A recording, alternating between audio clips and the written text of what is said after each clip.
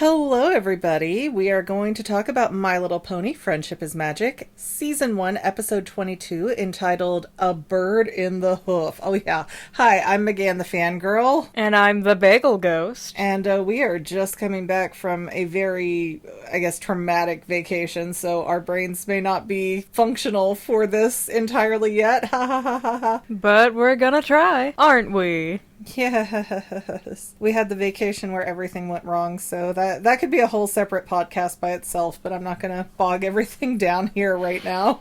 Anyways, this is a primarily Fluttershy episode, even though Twilight Sparkle does get a good hoof in here too. And we open up with Fluttershy having set a mouse's broken leg, putting him in a wheelchair. A tiny mouse wheelchair. Yes, a tiny mouse wheelchair, and sending him off with his mouse wife and child, I assume. The strangest visual that I have seen in a while. I feel like she makes all of these miniature medical supplies for her. Okay, and here's the question. Is she qualified to be setting mouse bones, or is she just like a demon doctoress to all of these small animals who are like, well, I'm kind of in pain, but I hope Fluttershy doesn't catch me and do her experiments on me. From our perspective, oh, she's so sweet and cute and taking care of the animals, but what if that's not what the animals want? Like, what if they have their own doctor network? Like in The Incredibles when the guy jumped and then he sued Mr. Incredible because he ruined his death or something. Oh, yeah. No, Mr. Incredible, I think, saved him and ended up hitting him into a window or building or something and hurt his neck. And yeah, the lawsuit came from that you ruined my death. And now I have to not only live, but live injured. I wonder if anything like that ever goes on with the animal world, but they don't have a system to do anything about it or a voice. Remember, none of these little animals can consent. And Fluttershy has no medical degree to speak of. Like the plague doctors. Fun fact about plague doctors, none of them were doctors. They were just people that Russia picked up off the side of the road. Oh. It's like, hey, you can wear a mask and tell us when people are dead, right? I guess. Okay. Get in there.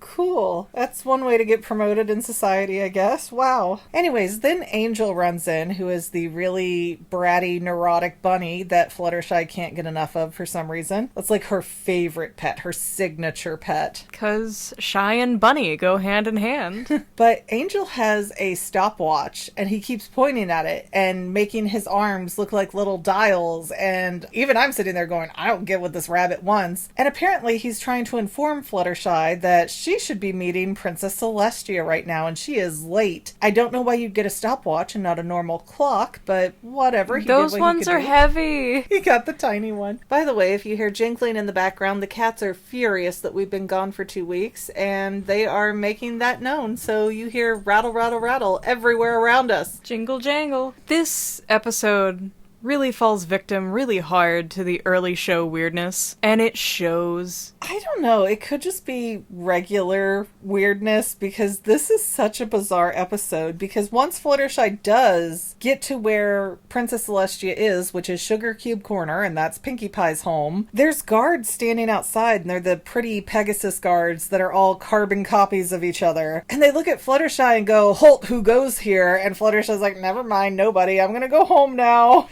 Same. But girl, that makes you look suspicious and like you're up to something bad when you come up to the guard and they're like, "Who are you?" And you don't go, "Oh, I'm supposed to be here," or "I'm on the list." You're like, "I'll just go home, never mind, I'm nothing, forget you saw me." But she's shy. It's better than her storming it. I feel like demanding to guards. You know that's exactly how Rainbow Dash went in that room. No one likes Rainbow Dash here. This is a Rainbow Dash hater society. You know what though? There might be plenty of people listening who love Dashy, so you well, can't then they're speak. wrong. You can't speak for everyone and their personal favorites. So Twilight Sparkle chimes in, no, Fluttershy's supposed to be here. She's on the list, and they just take her word for it. There is no list that gets checked. Twilight is a Nepo baby. You think they're gonna question her? They'd probably get fired if they did, you're right.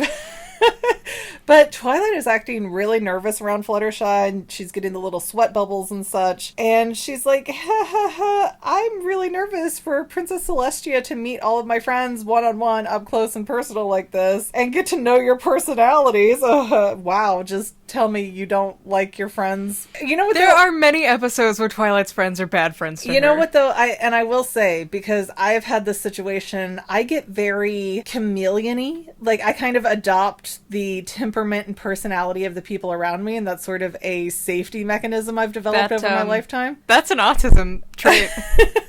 I will pick up on accents and everything that other people are doing. And so it can be very stressful for me if I have different groups of people coming together, because I don't know how I'm supposed to act. So I can kind of empathize with Twilight on that front, even though I think for the context of the show, it's a little silly because they're all ponies and everybody's best friends no matter how they act. So yay. Yeah, we know that because Rainbow Dash is still here and around. I need you to get off of Rainbow Dash. She's not even in this episode. But I hate her. Moral of what I'm saying, though, seems odd that Twilight is so nervous about Celestia, because it's not like they're coming to meet her boss and they need to act a certain way for Twilight to keep her job. Celestia is her mentor. She's her friend. Twilight should not be this torqued up about not being perfect in front of Celestia. How many people do you know have sent their sister to the moon for 1,000 years? I mean, it was an extreme punishment. You don't know what Luna actually did. Did she just say, I want change right to the moon? Or did she actually do stuff? Oh man, I haven't thought that deep about it now. Wow. Because they only say that Nightmare Moon arose. They never said what she did. Interesting point. I don't feel like it's in context for this episode, so I'm not going to pick up on it right now. But we see Rarity off on the side of Sugar Cube Corner? Yes, corner. Yes. I feel like I just said it. Yeah, Sugar Cube Corner. Vacation brain, huh? And she's in one of her fancy dresses, and she's having a fit, like, don't touch me, don't let that spill on me, don't let that ooze on me. Like, she's having a meltdown. It's a grand dress. It is a beautiful dress, but first of all, nobody else is wearing clothes, so already weird.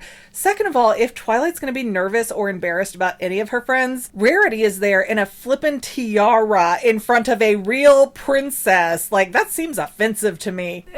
It's the gala dress. They didn't want to, like, change her hair twice for that. I'm just saying, if anybody's going to make you nervous, it's going to be the girl who comes in blackface to meet the Black Queen kind of a thing. Like, you don't wear a tiara when you're not royalty. But she did. I wonder, since Celestia is so much bigger and older and wiser than all the other ponies, if seeing Rarity in that dress is like seeing a little kid in a princess costume. Oh, that's an interesting point. I didn't see it that way because Rarity does have very adult mannerisms, so I never see her as a little kid, but you're right, Celestia towers over everybody, so they're all her little ponies, and I believe she's the only one to ever use the phrase My Little Ponies. Yeah, her and Luna say it all the time. Yeah, because they're all beneath them. The castle wasn't built by unicorns, just saying. Oh, wow.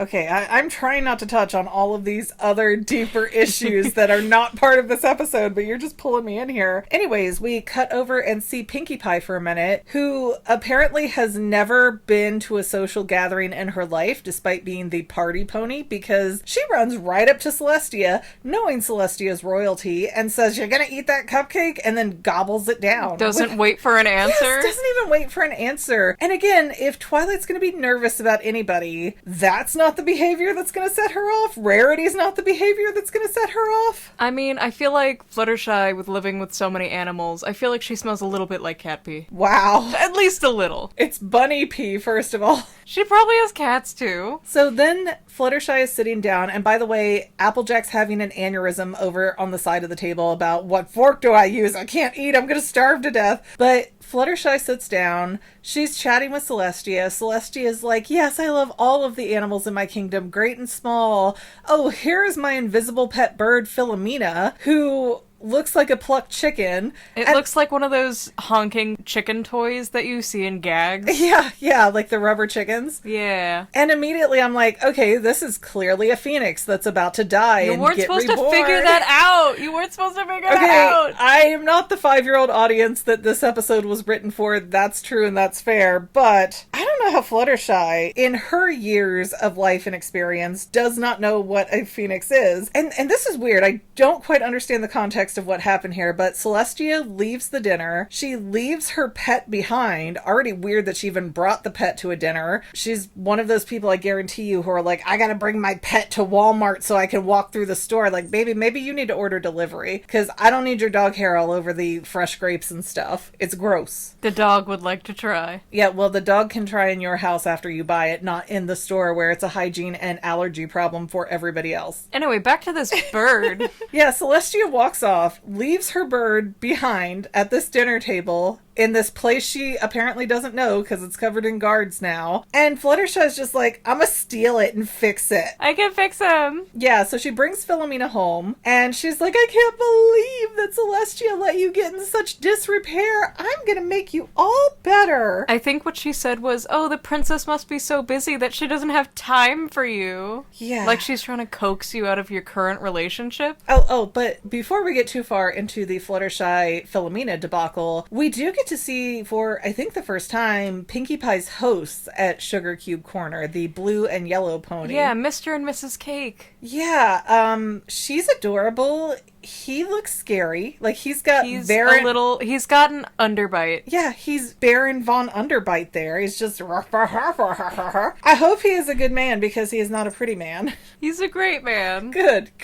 He is not a handsome man, but he treats me well. Even in Equestria Girls, he looks awful. Oh, poor guy. Anyways, okay, back to reality here, where Fluttershy is trying to fix Philomena, and Philomena is the most fickle bird in the world, will not take her pill, although that is like a horse-sized pill. There's no way that bird... It's bigger than her face. Yeah, she should have opened that capsule, sprinkled it on something the bird could eat. Make it make sense, Fluttershy. You know better. And what even was the pill? Yes. Did it even get explained? It didn't, but I want to assume it's like antibiotics, just in general. Bird Tylenol? I mean... Baby aspirin? NyQuil? Rogaine?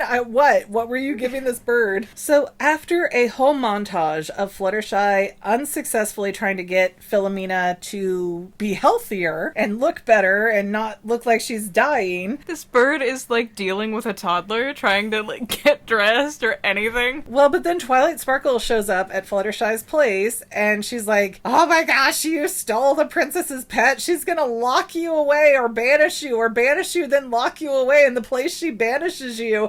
So let's sneak the bird in a basket back into the cage at the table before Prince Celestia of Egypt style. Yeah, before anybody notices that the bird's gone. And immediately, as they're trying to walk out the door, two of Celestia's guards show up and they're like, hey, Twilight, the princess's pet has gone missing. And those two proceed to wander around Ponyville with a drawing, and that makes sense in context if they're right there going, hey, have you seen this bird? Have you seen this animal? Do you know where this guy is? Sure, makes sense. But then they hang it up like a missing poster with no context written on it. Well, they don't write in English. Well, there was nothing written, period. Well, I think people would just assume. If they had a bunch of hoof prints under it, at least I could be like, oh, okay, that must be their version of writing. But all they did was hang up a picture like a little kid on the refrigerator. And the bird immediately comes in because she's out there doing some weird 20s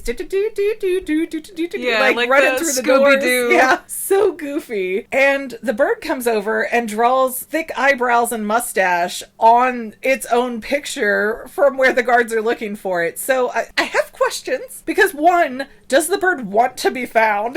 Apparently not. Doing this? She's having fun. And two, did the guards find out the bird was missing and panic, or is Celestia looking for the bird? Because you would think if she has a connection with this sentient being and it's her pet and it's this mythical phoenix, then why would she have to worry that it's gone? She knows it's going to die and come back. I think she's worried someone stole it to sell it, because I assume phoenix feathers, very profitable. It is a reoccurring ingredient in high-class spells in the show, so maybe. And during this whole debacle of Philomena getting outside and Twilight trying to return Philomena quietly, the idea comes up that first we'll heal Philomena and make her look all better, and then we'll return her, so that way Celestia can't get upset with us. And so Twilight is very forcibly like shoving the pills down the bird's throat and doing everything she can. That's how I was raised. You're gonna take it. But I don't quite connect the dots here as to why Twilight is so afraid of Celestia. How many people have you seen banish their sister to the moon for 1,000 years? Was it 1,000? I thought it was 100. Oh my gosh. It was 1,000. It was a long time. She holds a grudge. But has she done that to anybody else to where Twilight needs to be worried that Yes. Celestia... She's done it to other people? Not to the moon, but like she banishes and encases so many immortal beings in stone. All right, I recant then. Maybe Twilight was underreacting. She sends things to Tartarus. I wish they would have mentioned any of this in this episode because Twilight seems absolutely unhinged for no good reason. Well, they don't know about that yet. It's season 2, they get into Discord. So anyways, we get to the point where the guards have spotted Philomena on top of a statue, and so Twilight's feeling a little bit on the, whew, they found her in the wild, it's not our problem side. But then Philomena falls off the statue after She's hacking. completely bald at this point. Yeah, like she she looks like chicken. She falls off the statue. She bursts into flames as Fluttershy tries to rush over and catch her. And then Fluttershy just starts admitting to everything to the princess of, oh, I'm sorry, I was trying to take care of her and this happened. Ah. And Celestia's just like, oh no, my phoenix. Quit messing around, you're scaring everybody. And outbursts this beautiful orange and red and yellow bird, and Fluttershy's like, who is this? Who is this? That's not the ratty bird that I've been trying to help. Philomena, at least in her decrepit, old, disgusting looking state, does not look anything, is not the shape No, of that not even the right phoenix. shape. She's more shaped like Iago from Aladdin. She's shaped like an actual chicken. She's shaped like our cat, Adora. But yeah, it just seemed like Princess Celestia let it all go with pretty good humor, and it makes Twilight look a little wackadoo that she was so afraid of Celestia. And even Fluttershy by the end is like, oh, if you need to lock me up and banish me and lock me up away in the place that you banish me, I'll accept my punishment for trying to help the bird. And Celestia's like, no, I knew you were coming from a good place. I just wish you would have talked to me first. Which, fair. And then she proceeds to gaslight Twilight, like, what would ever make you think I'd do that? I mean, I was kind of on Celestia's side till you're bringing up all these side points I didn't know about. It's one thing to get in a fight with one person, but when you're banishing everybody you know, you might be the issue. Celestia runs a dictatorship. I am a little concerned by this. I've not been aware of this before. First, she sends a 6-year-old to Tartarus, and then she encases her in stone a season later. Wow. 6-year-old? A 6-year-old pony! And that's younger than the Cutie Mark Crusade. Yeah. Oh my gosh. For I saw that there was darkness in her heart. It's like Beauty and the Beast. You cursed an 11-year-old. It's just a baby!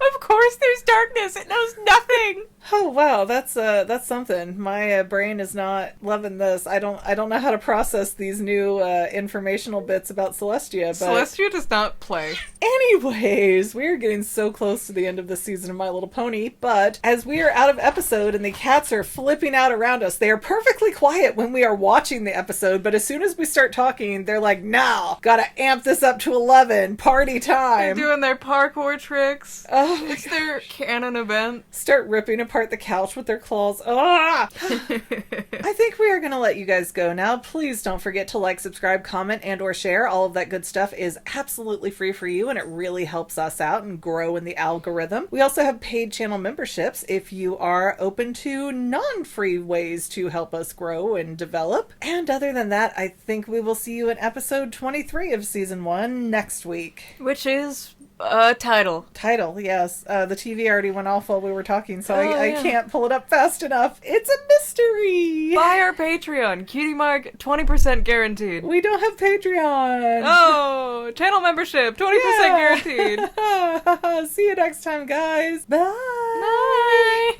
And to any of my members here on YouTube, a huge bottom of my heart thank you for all of your help and support. If you would like to become a paid channel member, there is a link in the description below. Thanks again, guys. Love you. Well, family members, we're almost done, but I want to invite you to hang out with me in some other places. I'm on Twitter and Instagram as my own personal self, and I have a Facebook page too, but I mostly just post photos over there. And sometimes people say, "Hey, McGann, I want to mail you something. How do I do that? Easy. Just click the About tab on my channel page, and my most current P.O. Box info will be right there. I also run another channel, The Family. It's really a hodgepodge channel where we might post anything. Oh yeah, and I also sell shirts and stickers and stuff with the Family and the Fangirl logos. If that is your cup of tea, I have a link in every description of every video. Finally, if you want to help out the Fangirl channel and make sure I'm putting out video essays for years to come, the best way you can help is by subscribing and watching more of my videos, whether they're new, old, whatever. Maybe even share one or two on social media, help spread the word. People who watch to the end of videos like you helps to tell the site, hey, this is a good video, we should recommend it to other people. So if you made it this far, leave me a comment of something like, hey, I made it to the end. Love ya. See you next time, family members.